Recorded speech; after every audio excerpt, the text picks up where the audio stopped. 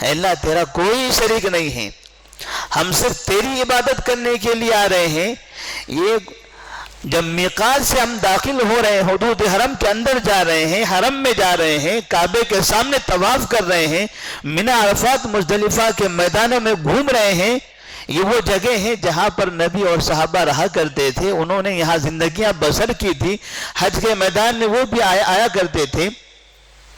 ایسی جگہوں پر جا کر ہم یہ وعدہ کر رہے ہیں اپنی زبان سے، لبیک لا شریک لک لبیک، اے اللہ تیرا کوئی شریک نہیں ہے عبادتوں میں، ہم جو بھی عبادت کریں گے اب صرف اور صرف تیرے لیے کریں گے، تیرے علاوہ دنیا میں کسی کے لیے عبادت نہیں کریں گے۔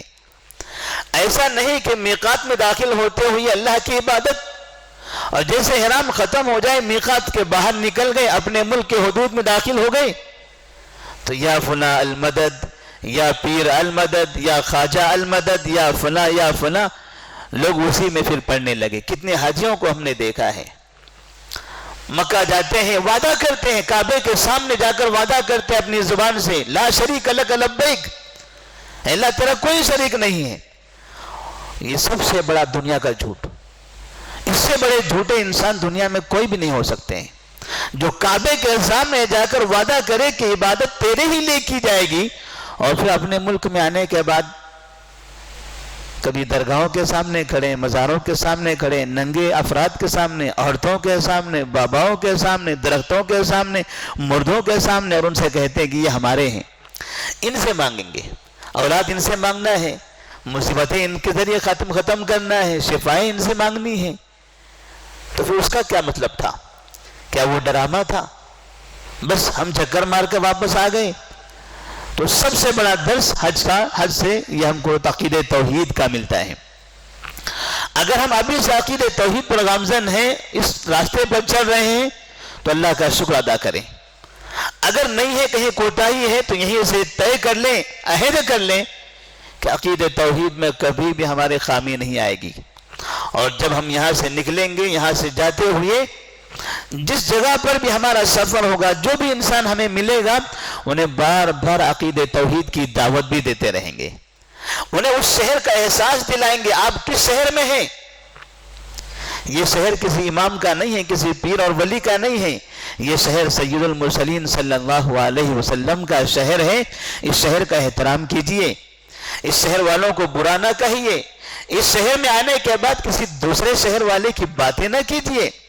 نماز آپ کو پڑھنی ہے اس شخص کی طرح جو اس شہر والا تھا، سید المرسلین صلی اللہ علیہ وسلم، نہ کہ فلاں اور فلاں شہر والے کی طرح۔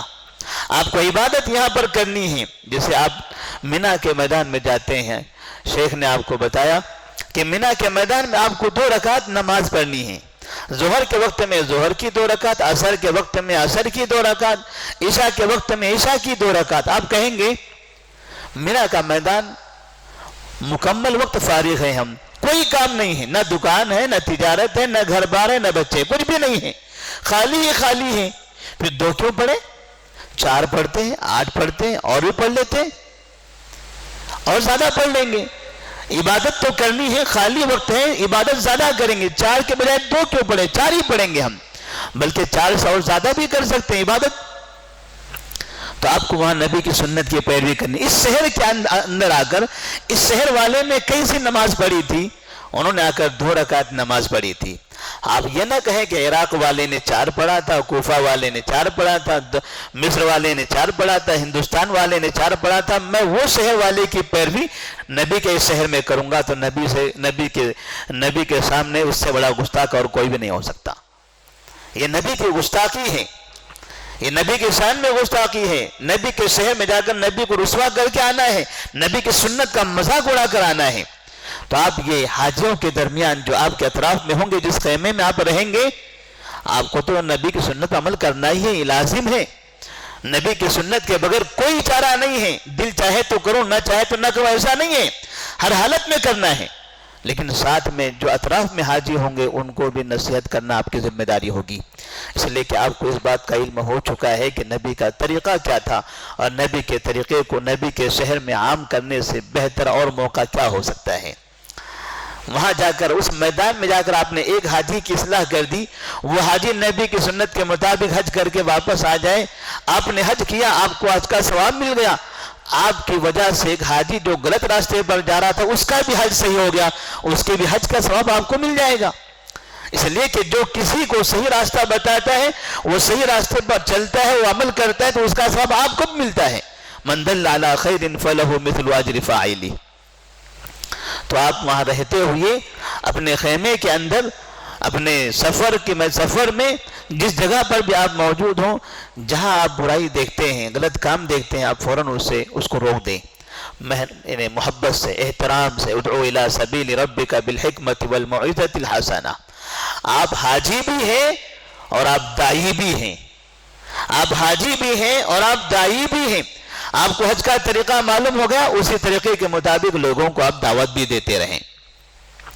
اسی طرح سے حج کا میدان جہاں ہمیں اطاعت رسول سکھاتا ہے، اتباع سنت سکھاتا ہے، ہمیں اس بات کی تلقین بھی کرتا ہے کہ کبھی ایسا ہو سکتا ہے کہ نبی کی سنتوں پر عمل کرتے ہوئے آپ کا یہ دماغ کہے کہ میرے عقل کے حساب سے تو ایسا بہتر تھا، میرے عقل کے حساب سے تو ایسا بہتر تھا، پتہ نہیں لیکن ایسا حدیث میں کیوں ہے۔ اگر کبھی آپ کا دماغ ایسا کام کرنے لگے تو آپ یہ سمجھ جائیں کہ آپ کے دماغ کے حساب سے عبادتیں نہیں ہیں۔ جیسے آپ کو مینا میں رہنا ہے، پھر وہاں سے عرفات کی طرف جانا ہے، وہاں سے مزدلفہ نکلنا ہے، پھر واپس مینا آنا ہے۔ 8 تاریخ، 9 تاریخ اور 10 تاریخ، مکمل 8 اور 9 تاریخ تو آپ مکہ شہر کے باہر رہیں گے۔ آپ کا دماغ کہے گا ہم ہندوستان سے، حیدرآباد سے مکہ آئے ہیں اور کعبے میں نماز پڑھنے کے بجائے ہم مینا میں نماز پڑھ رہے ہیں، جبکہ کعبے میں نماز پڑھنے کا ثواب 1 لاکھ سے بہتر ہے۔ 1 لاکھ دوسری مساجد میں نماز پڑھنے کے 1 لاکھ کے برابر ثواب۔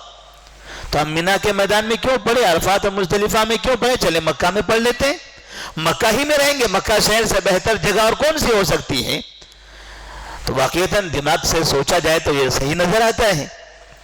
آپ یہ کہیں کہ مزدلفہ کے میدان سے مغرب کے وقت ہو جانے کے بعد آپ سے کہا جا رہا ہے عرفات کے میدان سے نکلنے کے بعد کہ مزدلفہ جائیں، اور مزدلفہ پہنچنے کے بعد ہی وہاں پر آپ کو مغرب اور عشاء پڑھنی ہے۔ آپ کہیں گے ہمارے مولوی صاحب تو ہندوستان میں ہم کو یہ کہا کرتے تھے سورج غروب ہوتے ہی اول وقت میں مغرب پڑھنی ہے۔ جب ہم اپنے شہر حیدرآباد میں اول وقت میں مغرب پڑھا کرتے تھے تو یہ عرفات کے میدان میں پھر ہم تاخیر کر کے مزدلفہ میں جا کر کیوں پڑھیں، کیوں 8 بجے اور 9 بجے جا کر مغرب پڑھیں گے؟ ہو سکتا ہے ہمارا دماغ ایسے کام کرنے لگے۔ تو ایسی صورت میں ہم کو یہ سمجھ لینا چاہیے کہ جو عبادت ہے، یہ عبادتیں اس جگہ پر جو عبادت کی جا رہی ہیں، حج کے میدان میں جو عبادتیں ہیں، نبی نے وہ عبادتوں کا طریقہ بتا دیا۔ خذوا عنی مناسککم، خذوا عنی مناسککم، یہ آپ کے عبادتوں کے جو اعمال ہیں یہ مجھ سے لے لو، میں نے جیسے کیا ہے تم کو ویسے کرنا ہے۔ حج کا طریقہ، حج کا جو عمل میں نے کیا ہے ویسے آپ کو حج کرنا ہے۔ جہاں نماز میں نے کیسے پڑھی وہاں پر آپ کو وہ نماز پڑھنی ہے۔ تو نبی نے جیسے بتا دیا آپ کو ویسے عمل کرنا ہے۔ مطلب یہ ہوا کہ ایسی صورت میں ہم کو اپنے عقل کا استعمال کرنے کے بجائے نبی کی پیروی کو اہمیت دینا ہے۔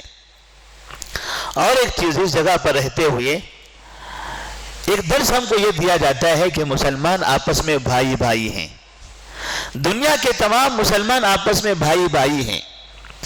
کوئی مسلمان چاہے رنگ سے الگ ہو، شہر سے الگ ہو، زبان سے الگ ہو، تہذیب و ثقافت سے الگ ہو، اگر بس لفظ مسلمان ہے، وہ اس نے لا الہ الا اللہ محمد رسول اللہ کلمہ پڑھا ہے، تو المسلم اخو المسلم، تو وہ آپ کا بھائی ہوگا، وہ آپ کا بھائی ہوگا۔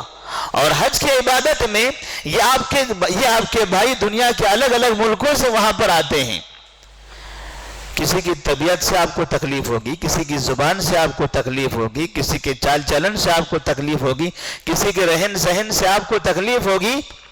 اپنا بھائی سمجھ کر ان کو معاف کر دیں، اپنا بھائی سمجھ کر ان کے ساتھ رحم اور شفقت والا معاملہ کریں۔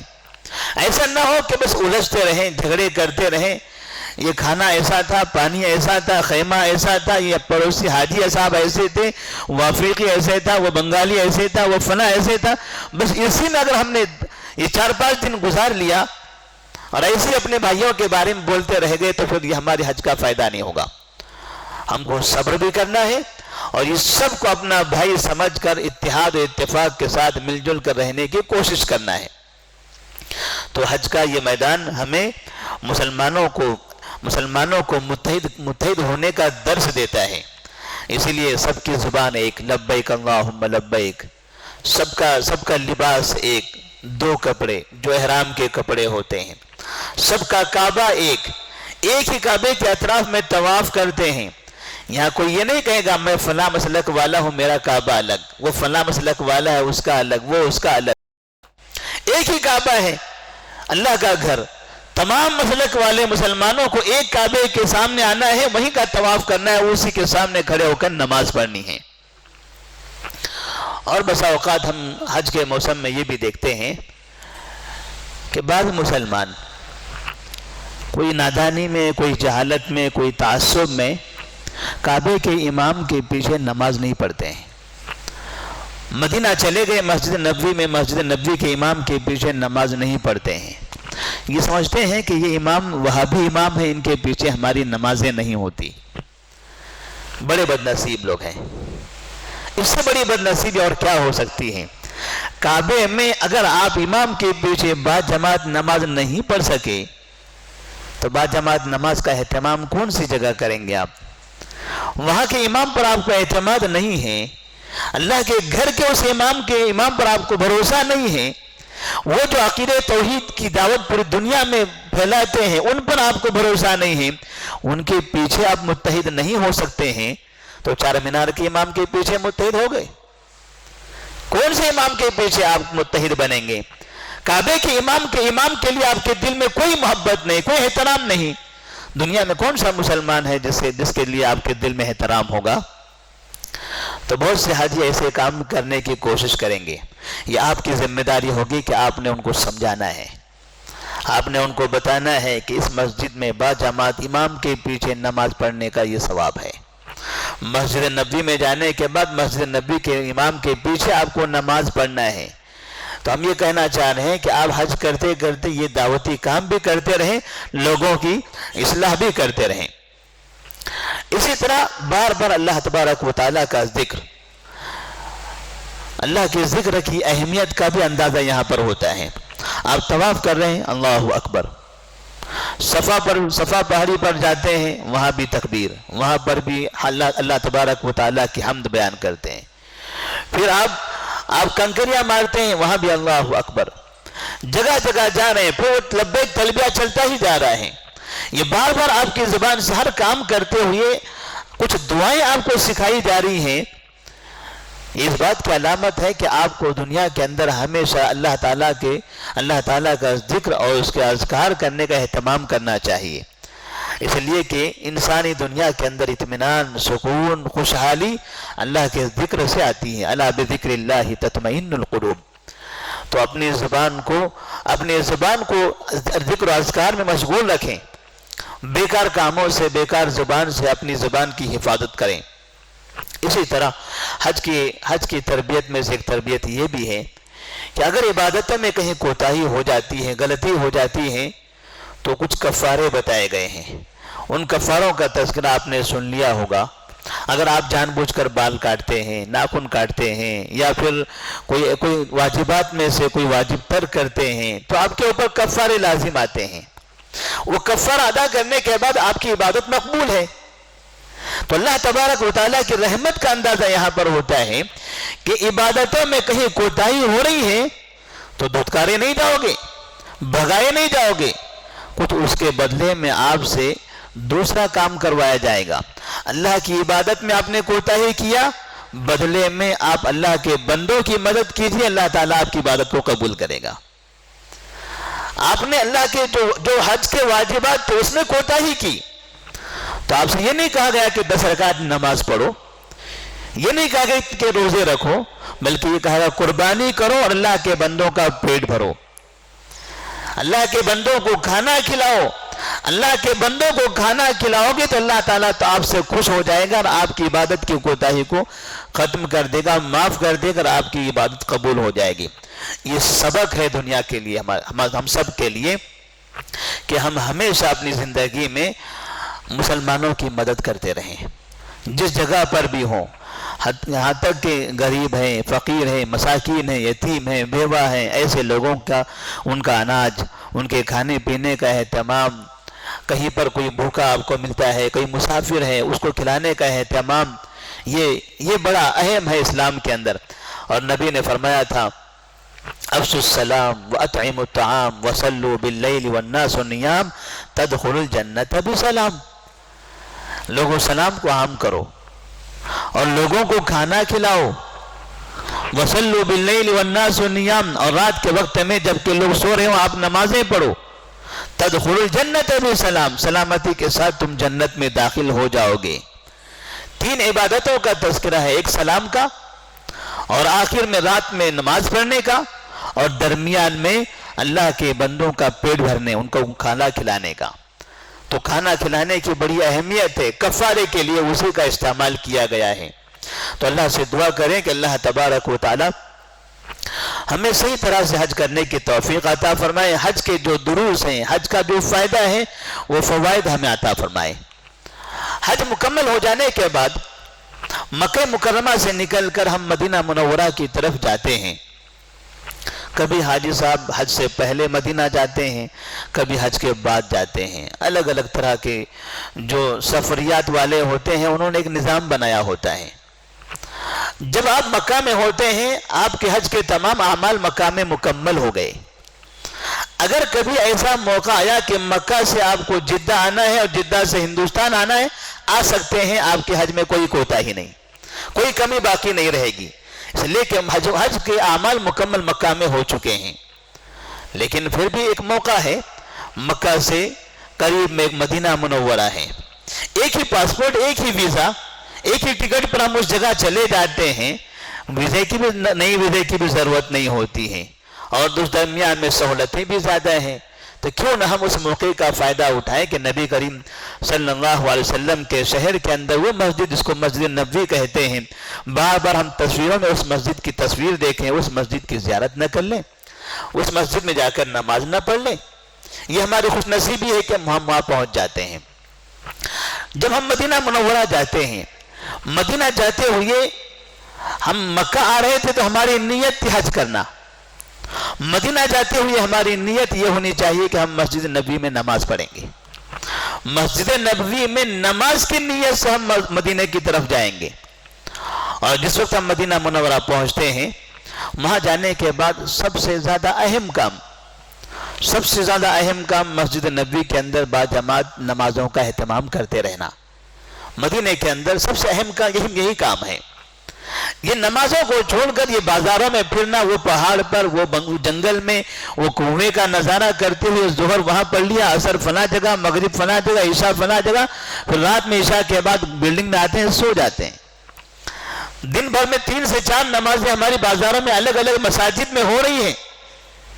تو یہ سمجھیں کہ آپ مدینے میں جو فائدہ آپ کو اٹھانا چاہیے تھا اس سے آپ محروم ہو گئے۔ آپ اس بات کی کوشش کریں کہ جب تک کہ مدینہ میں رہیں آپ کی تمام نمازیں مسجد نبوی کے اندر تکبیر اولیٰ کے ساتھ، تکبیر تحریمہ کے ساتھ باجماعت ہوں، پہلی اور دوسری اور تیسری میں شامل نہ ہوں، بلکہ مکمل تکبیر تحریمہ کے ساتھ وہاں آپ پہنچے ہوئے رہیں اور باجماعت آپ نمازوں کا اہتمام کرتے رہیں۔ جتنی نمازوں کا موقع ملتا ہے اتنی پڑھنی ہے، کوئی تعداد متعین نہیں ہے کہ یہاں رہتے ہوئے آپ کو 40 پڑھنی ہوگی، 40 سے کم نہیں ہونا ہے، 40 سے زیادہ بھی نہیں ہونا، ایسا نہیں ہے۔ چاہے 40 ملے، چاہے 30 ملے، چاہے 25 ملے، چاہے 50 ملے، جتنی بھی نمازوں کا موقع ملنا ہے اتنی نمازیں آپ کو پڑھنی ہے۔ 40 کی تعداد جو بتائی جاتی ہے مسجد نبوی میں 40 نمازیں پڑھنے سے اللہ تبارک و تعالیٰ 2 چیزوں سے برات کا اعلان کرتا ہے، ایک نفاق سے، ایک جہنم سے۔ یہ جو حدیث بیان کی جاتی ہے وہ حدیث صحیح نہیں ہے، یہ حدیث صحیح نہیں ہے۔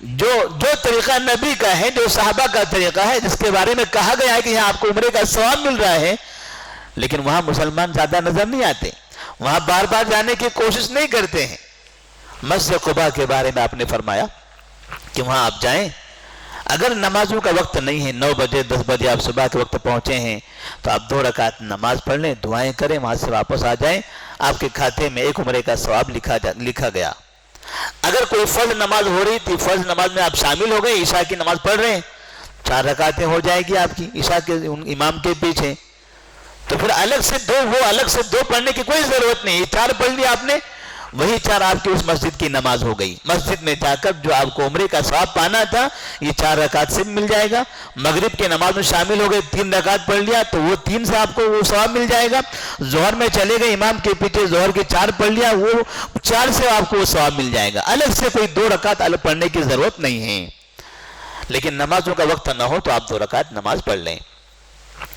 اس کے بعد شہدائے احد، جہاں احد پہاڑ موجود ہے، مسلمان اور کافرین کے درمیان جہاں پر جنگ ہوئی تھی، 70 صحابہ وہاں پر شہید ہوئے تھے، اسی جگہ پر ان کا مقبرہ ہے۔ آپ وہ دیکھیں اور دیکھ کر ایک پیغام اپنے شہر میں، اپنے ملک میں، بلکہ ان لوگوں کو جو آپ کے ساتھ رہتے ہیں ان کو یہ پیغام دیں کہ دیکھیں یہ قبرستان ہے، یہ قبرستان ان لوگوں کا ہے جو دنیا میں نبی کے بعد سب سے محبوب بندے تھے۔ یہ صحابہ کرام رضی اللہ تعالیٰ عنہم ہیں جنہوں نے اسلام کے لیے اپنی جانیں قربان کر دی۔ ان کے ناموں کی پلیٹیں کہاں ہیں؟ ان کی قبر کے اوپر وہ پھول اور پتے کہاں ہیں؟ وہ نیم کا درخت کہاں ہے جو سایہ کر سکے؟ وہ ٹین اور وہ فرشیاں کہاں ہیں جو ہم لگاتے ہیں اپنے ملکوں کے اندر؟ کسی کے نام پر نہیں، کسی کی قبر پر ایسی کوئی نشانی نہیں ہے۔ اگر واقعتاً وہ کام کرنا صحیح ہوتا تو کیا وہاں کی حکومت، وہاں کی بادشاہ کے پاس پیسوں کی کمی ہے؟ ہم چند پیسوں کے ذریعے نام کی پلیٹ لگاتے ہیں اور نہ جانے کیسے کیسے سجا کے رکھتے ہیں۔ ادھر پڑوس میں ایک آدمی بھوکا مر رہا ہوتا ہے، کپڑے اس کے بچے کو نہیں ہوتے، آپ یہاں روزانہ کپڑے لا کر ڈالتے رہتے ہیں۔ اب وہ قبرستان دیکھیں، وہ قبرستان دیکھنے کے بعد اپنے ساتھ کے لوگوں کو بتائیں، دیکھیے بھائی ہمارے شہر کے اندر جو قبرستان ہے ان کا نظارہ کریں اور یہ صحابہ کی قبروں کا نظارہ کریں۔ اب یہ بتائیں کہ ان کا یہ طریقہ صحیح ہے یا ہمارا وہ طریقہ صحیح ہے؟ یہ بھی ایک پیغام ہے، یہ بھی ایک پیغام ان کو دیں تاکہ ہمارے قریب کی جو بیماریاں، جو برائیاں ہیں، یہ برائی ختم ہو جائیں۔ یہ جب دیکھو قبرستان بھرتے جاتے ہیں، نئے قبرستان کے لیے اپلیکیشن دیتے ہیں، درخواستیں دیتے ہیں، اسی وجہ سے تو ایک پیغام وہاں پر ہے۔ آپ وہاں جانا ہے، وہاں جانے کے بعد السلام علیکم اہل القبور انتم السابقون ونحن اللاحقون نسأل اللہ لنا ولکم العافیہ، یہ آپ دعا پڑھیں۔ پھر آپ ان کے لیے جو دعا کرنا ہے وہ دعا کریں، اپنے لیے جو دعا کرنا ہے اللہ تبارک و تعالیٰ سے وہ دعا کریں کہ اللہ ہمیں بھی ایسا ان کی طرح عمل کرنے والا بنا، ہمیں بھی اسلام کے لیے ایسی قربانی دینے والا بنا دے، اللہ ہماری زندگی کو بھی ان کی زندگی کی طرح بنا دے۔ اس طرح سے اللہ تبارک و تعالیٰ سے ہم دعا کریں، وہاں سے واپس چلے آئیں۔ اب اس کے علاوہ مدینہ منورہ کے اندر ایسی کوئی خاص جگہ نہیں ہے جہاں آپ کو جانے سے ثواب ملتا ہو یا جہاں جانے پر نبی نے کہیں ثواب بتایا ہو۔ یہ جتنی باتیں بتائی گئی ہیں، مسجد النبوی، روضۃ من ریاض الجنہ، اور یہ مسجد کے اندر یہ قریب کے 3 قبریں، اسی طرح سے بقیع ہے، شہدائے احد ہے، مسجد قباء ہے۔ نبی کریم صلی اللہ علیہ وسلم بقیع بھی جایا کرتے تھے، آپ شہدائے احد جاتے تھے، ان کے لیے بھی دعا کرتے تھے، آپ مسجد قباء جاتے تھے، وہاں بھی تقریباً جمعرات اور پیر کو جا کر آپ کبھی پیدل اور کبھی سواری پر جا کر 2 رکعت نماز پڑھ لیا کرتے تھے۔ آپ کو اس کا اہتمام کرنا ہے۔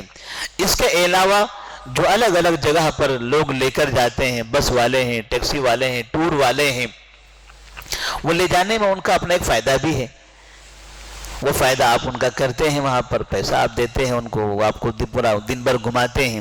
یہ پہاڑ، ہاں یہ فلاں کا پہاڑ ہے، آپ کو کیا پتا کس کا پہاڑ ہے؟ یہ بڑا پہاڑ یہ فلاں کا، یہ چھوٹا یہ فلاں کا پہاڑ ہے، یہ یہاں پر یہ صحابی آئے تھے، وہاں وہ صحابی آئے تھے۔ بس چل رہی ہے، کھڑکیاں کھلی ہوئی ہیں، ان کے ہاتھوں میں مائک ہے، آپ روڈ سے گزر رہے ہیں اور آپ کو بس پوری تراویح سنا دی جا رہی ہیں، یہ روڈ فلاں ہے، یہ روڈ سے فلاں آئے تھے، وہ روڈ سے فلاں آئے تھے، یہ پہاڑ کے اوپر فلاں صحابی کھڑے ہوئے تھے۔ آپ کے پاس نہ کتاب ہے، نہ آپ نے وہ تاریخ پڑھی ہے، آپ نے سن لیا چلے گئے، اترنے سے پہلے انہوں نے آپ سے پیسہ لے لیا، آپ کا پورا دن وہیں پر صرف ہو گیا۔ اگر آپ کو واقعتاً کوئی تاریخ معلوم ہے اور تاریخی جگہوں کو آپ دیکھنا چاہتے ہیں، تاریخی جگہوں کو آپ دیکھنا چاہتے ہیں سیرت نبی کو سمجھنے کے لیے، تو آپ کو اجازت ہے، آپ وہ تاریخی جگہ دیکھ سکتے ہیں۔ احد پہاڑ تاریخی مقام ہے، جنگ کیسے ہوئی تھی، کہاں ہوئی تھی، آپ کو سیرت معلوم کرنا ہے، آپ نے بچپن سے سیرت پڑھی ہے، وہ جگہ پر آپ جائیں گے تو وہ جنگ کیسے ہوئی تھی، اور وہ جو چھوٹے پہاڑ پر جبل رومات پر جو صحابہ کھڑے ہوئے تھے، اس کے احد پہاڑ کے درمیان کتنا فاصلہ تھا، خالد بن ولید وادی سے کیسے گھوم کر آ کر مسلمانوں پہ حملہ کیا تھا، یہ تو ہم نے نقشوں پر دیکھا ہے، بورڈوں پر، وہاں جا کر آپ اس زمین پر دیکھ سکتے ہیں، تو آپ کو ایک علم میں اضافہ ہوگا، نبی کی سیرت اور تاریخ آپ کو صحیح معلوم ہو جائے گی۔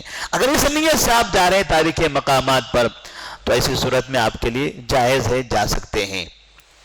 لیکن بیکار کی چیزوں میں، ایسی چیزیں جس کا تاریخ سے کوئی تعلق نہیں ہے، ایسی چیزوں کے پیچھے پڑ کر اپنے وقت کو صرف نہ کریں۔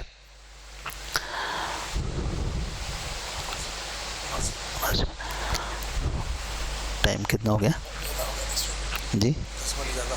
زیادہ ہو گیا، تو اسی پر ہم اپنے درس کو ختم کر دیتے ہیں۔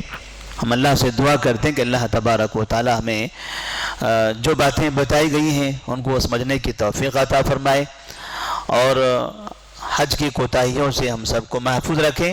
اللہ ہمیں صبر کی توفیق عطا فرمائے، ہمارے سفر کو آسان بنائے۔ اللہ تبارک و تعالی ہمیں صحیح سلامت اپنے ملک واپس، اپنے وطن واپس پہنچا دے۔ سفر میں جو بھی حادثات ہوتے ہیں، اللہ تبارک و تعالی ان تمام حادثات سے ہم سب کو بچائے۔ ہمیں اللہ تبارک و تعالی ہمیں صحت اور تندرستی عطا فرمائے، تاکہ صحت اور تندرستی کے ساتھ حج کے تمام اعمال ہم مکمل طور پر صحیح طرح سے ادا کر سکیں۔ اللہ تبارک و تعالی اس سفر میں ہمیں صبر کرنے کی توفیق عطا فرمائے، عقیدہ توحید کو اپنے سینے میں بٹھا کر اپنے ملک واپس آنے کی توفیق عطا فرمائے۔ اس جگہ پر جو برائیاں ہوتی ہیں، اللہ تبارک و تعالی ہمیں ان برائیوں کے خاتمے کے لیے کوشش کرنے کی توفیق عطا فرمائے۔ ہمیں حج کا جو ثواب ہے وہ مکمل ثواب عطا فرمائے، اور اللہ تبارک و تعالی بار بار ہمیں اس جگہ دعوت دے، اس جگہ بلائے، اور ہم ہمیشہ جب بھی بلاوا آئے، جب بھی موقع ملے، لبیک اللہم لبیک، لبیک لا شریک لک لبیک، ان الحمد والنعمت لک والملک لا شریک لک، یہ کہتے ہوئے مکہ مکرمہ پہنچیں۔ وآخر دعوانا ان الحمدللہ رب العالمین، والسلام علیکم ورحمۃ اللہ وبرکاتہ۔